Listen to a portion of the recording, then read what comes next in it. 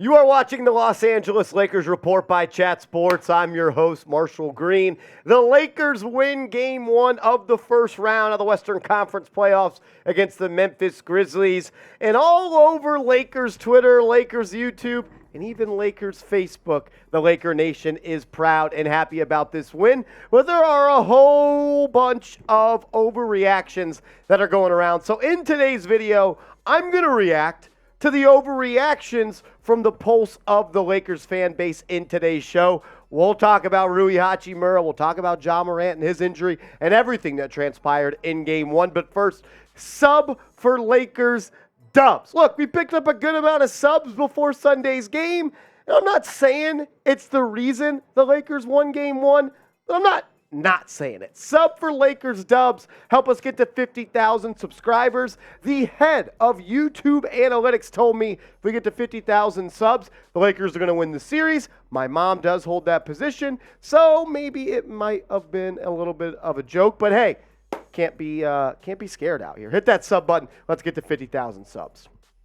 A lot of people, and deservedly so, are talking about Rui Hachimura and how he is the X factor for the Los Angeles Lakers. And honestly, I don't think that really is an overreaction. I thought that he was one of the many driving forces behind the Lakers being able to pull out the win in Game 1. When you have Rui Hachimura drop 30 points damn near, 6 rebounds on great efficiency, 5 of 6 from 3. I remember watching that game, and I'm blanking on who the commentators were at this point, but it was Jeff Van Gundy, I believe. It was Van Gundy and Jackson. Van Gundy said, "You live with Rui taking that 3. And then Rui made the 3, and Jackson said, "Well, he just shut you up, Van Gundy." He's like, "Well, I'll live with it." Well, if you're making 5 of 6, you're not living with that. You're dying with that. And you can have another player that can get you 30 like this, and you have multiple weapons in the playoffs. You are a much scarier team. The more people you have that can kind of win you games, like that was a Rui game. We're probably going to get a Vanderbilt game 1 point. You know you're going to get a LeBron and AD game. But when you have one of those guys that can have a game like Austin Reaves did, you are more volatile and better in the playoffs. And if the Lakers are getting that from Hachi, they are that much deeper. They are a scary team. I love his mid-range game, the little one-dribble pull-up. Kind of reminds me of a young Rudy Gay almost. I'm a big fan of Rui Hachimura. We told you that when they traded for him. We kind of know ball. We know what we're talking about. Show him some love. Type those 28s in the comment section. If you like what you saw from Hachimura in his first game with the Los Angeles Lakers in the playoffs, show him some love. Comment his jersey number down below. This, I also don't think, is an overreaction. Austin Reaves said, "I am here." And that bag, it's going to be here soon enough. Austin Reaves is going to get a sack full of cash this offseason. What he was able to do in Game 1 was awesome. My favorite part was, sadly, about LeBron in the post-game show, which we'll talk about that in a second. Look, Reaves, 23 points, 4 assists, was electric in the fourth quarter, really the whole second half. Also, the efficiency. When you have Reaves and Hachimura shoot above 60%, really 70%, as a duo, you're going to be a hard team to beat. Anytime you have other players alongside AD and LeBron James that can get you 20 pieces, you are going to be a tough out once it gets a little hotter in the temperature and you get into the spring and the summer of the year. This is what LeBron, good old LeBron, he said about Austin Reaves. He said, "I knew." Yeah, LeBron, when you usually say that, you're lying. So I knew from the first practice that he wasn't going to be a two-way player for long. I've been around the game long enough to know great basketball IQ players and the guys that fit with me. Honestly, I just thought it was funny because LeBron always does this, but I don't doubt him, actually, in this instance. LeBron is probably the smartest basketball player to have ever touched a basketball, and he can see what we are now seeing in Austin Reaves. They asked him if he was surprised. He said, "No, I'm not surprised. I've seen him been doing it since the moment he came here." But did you see this, LeBron? Potentially a 4-year, $100 million deal for Austin Reaves. The max extension that he can sign at the current moment is 4 years, $99 million. Does he get that? I don't know. That would be just $5 million less than Jalen Brunson, but the cap is going to continue to go up. And the Lakers, they can't let this guy go like they let Alex Caruso go a couple of off seasons ago. would it be crazy to think someone will give Reaves that type of money in NBA free agency? I don't think it is. We saw Anthony Simons sign for 4 years, $100 million last offseason. And if Reaves is a driving force to a Lakers potential finals run, then you're going to have to bring him back no matter what the cost is. I can't believe we're asking this question, but I love it. I mean, will Austin Reaves get a max contract? You asked me 2 weeks ago. I said, nah, 4 years, 50, 4 years, 60. Then Shams Charania said 4 years, 70. Then you drop 23 in the playoffs and you say, I'm here. I'm here. That's what he sounded like. Is he saying I'm him, but I'm here? It was weird. I don't know. Shout out to Austin Reaves. He's got that dog in him. Is he going to get the max, though? Type Y for yes and for no. If it's not the max, it's going to be damn near the max.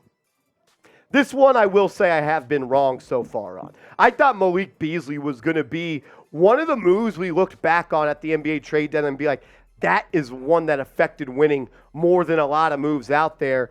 And it just really hasn't worked for the Los Angeles Lakers. And I wanted to give it time because when he got to the team, LeBron played for a couple of weeks, then he got hurt. And I wanted to see LeBron and Beasley play together because LeBron creates those open three-point looks for players so well, especially in the half court. But the guy's really on the outside of this rotation looking in, and especially if Austin Reaves and Rui Hachimura are going to play like this, Beasley is only going to continue to play about 10 minutes, and if he's not going to make shots, there's really no minutes for him out there. You have one job, my man, and it's to make open jumpers, and he just hasn't been able to do that so far at a high enough clip to warrant more minutes or really any minutes at this point so far in Darvin Ham's rotation. I like Beasley because he is a shooter and he can get hot, but you can't just live off that. You got to do it, and sadly for the Lakers, he has not done it so far. I also don't think that is an overreaction at all. I got 2 more topics to talk about in today's show, and they're pretty spicy. But first, make sure you get your Lakers Real One t-shirts. We got the purple piece. We got the black tee. Look, these shirts are sick. They're great material, and all of the real ones, they have one. Get yours today. Chatsports.com/real one. Real simple. Chatsports.com/real one. That link is clickable in the comments and description of today's video. Honestly, this isn't really an overreaction either, but it is something to overreact, is that obviously Davis's injury is concerning, and I don't think it's the shoulder injury or the stinger or whatever it was that when he looked on the camera and said, I can't feel my arm. Like that, yes, it is concerning, but I think what's more concerning is the durability or the lack thereof of durability that AD has at this point in his career. We were talking in the office earlier, and someone said Jimmy Butler was a top 5 player in the playoffs, and I said Anthony Davis is a top 5 player in the playoffs, but what I had to finish that statement was when healthy. And when he is healthy, he is one of the best players in the National Basketball Association. But the question I ask myself is, can AD stay healthy for a month and a half longer while the Lakers try to go chase another Larry O.B.?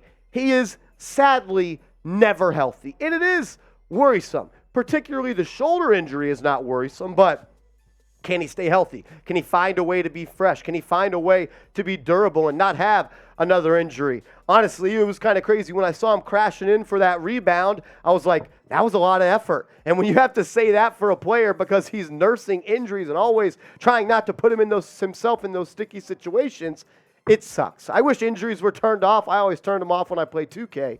But look, I really think whether the Lakers make a run or not is going to be dependent on if Anthony Davis is in this lineup. So I love this question right here. Will Anthony Davis play every game in the playoffs? History tells us no. But if the Lakers want to win it all, you might have to. Maybe he misses a game or 2. Hopefully not back-to-back. That'd be tough to overcome. Maybe 1 in the second round, 1 in the third round. I hope he does, because if he does, I think the Lakers are going to be one of the best teams in the Western Conference. Type 1 for yes, 0 for no. Let me know. This one might be a little bit of an overreaction, but there's definitely an avenue where this could happen. The Lakers are winning the West. Could it happen? Yes. Will it happen?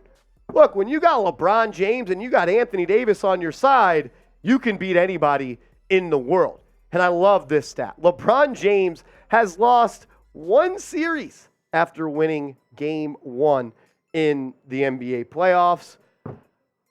He usually doesn't even have that good of a record in game ones. He usually likes to use that as a feel it out process, and that's what he did so often in Cleveland. I thought he'd carry that over, but I think LeBron saw when Ja Morant went down and didn't come back really in that second half, he smelled blood in the water. He got his team hyped up, and he was like, this is now a must win. Maybe Ja comes back, maybe he doesn't, but if we can steal one while he's on the sideline, that's definitely going to bode well for the rest of the series. And if you can get past the Memphis Grizzlies, the path to the Western Conference Finals and even the NBA Finals is apparent. Why, though? Because of the experience. LeBron, AD, they got the two of the most experienced playoff players right now in the NBA. The defense is incredible. The first 5 minutes, my reaction to that game was, man, I thought Vanderbilt was going to do a better job on Ja Morant. And then you got to about 3 minutes left in the first, and you're like, oh, shit, he picked it up. And then when he has to get by Jared Vanderbilt, there's Anthony Davis right there protecting the rim behind him. And these really tie together. They can match up with anything. Their defensive ability as well as their defensive versatility, the switchability, the lineup really things that they can do on the defensive side of the court are really special. And you got these two guys. One thing I want to say about LeBron is that I love the most about yesterday's game was the weak side defense that he showed off time and time again. How many sides did we see LeBron sprint over from that weak side block and try to contest a shot at the rim? You didn't see that in the first 82 games of the season. LeBron was saving that for the playoffs, and I like that. Look, don't run out of juice before the juice needs to be squeezed. If LeBron is playing playoff basketball like that, I don't think 15 more wins in this playoffs is really all that unrealistic. Can the Lakers win the West? Yes, they can. Will they? I'm not so sure they won't, but I don't think that I think they could. I'm not so sure they won't. The West is wide open. Suns didn't look that good yesterday. Let's focus on round one. Let's beat the Memphis Grizzlies first, though. If so, like this video if you think the Lakers are going to win the West. And if not, tell me in the comment section why you don't. Appreciate you guys tuning in. Game 2 is going to be a movie. We'll talk about it once it's over.